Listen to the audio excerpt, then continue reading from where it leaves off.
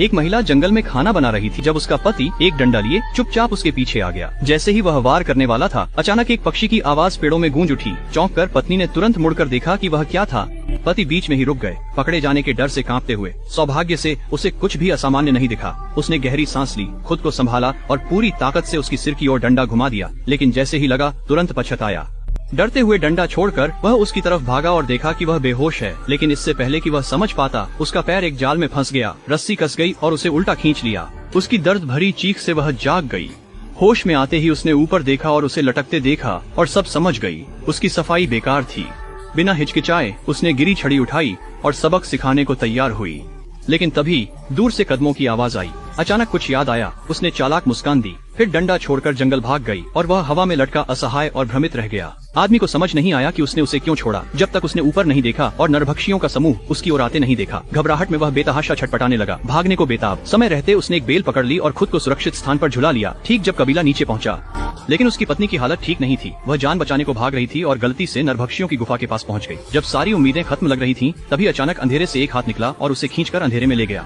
डरकर उसने संघर्ष किया और तभी उसे एहसास हुआ कि उसके पति ने उसे बचाया। लेकिन धन्यवाद देने के बजाय वह गुस्से में फिर उसके पीछे भागी। ये समझते हुए कि वह उसे जल्द माफ नहीं करेगी, वह दौड़ पड़ा।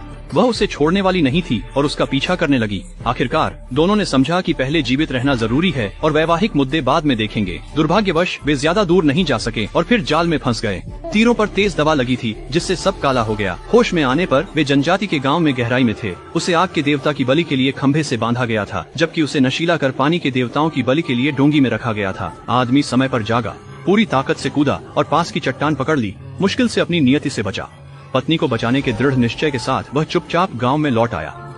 जब कोई नहीं देख रहा था, वह आगे बढ़ा और एक घूंसे में ही प्रमुख को गिरा दिया। फिर उसने जमीन से खंभा खींच लिया। पूरा कबीला स्तब्ध रह गया। उस पल का फायदा उठाकर उसने खंभा उठाया और चट्टान से कूद पड़ा। वह अब भी उससे बंधी थी। जैसे ही वे गिरे, उनके बीच की कड़वी यादें हवा में गायब हो गईं। वे पानी पर जोर से गिरे, लेकिन जल्दी ही सतह पर आ गए, जिससे गुस्साए नरभक्षियों का क्रोध और बढ़ गया।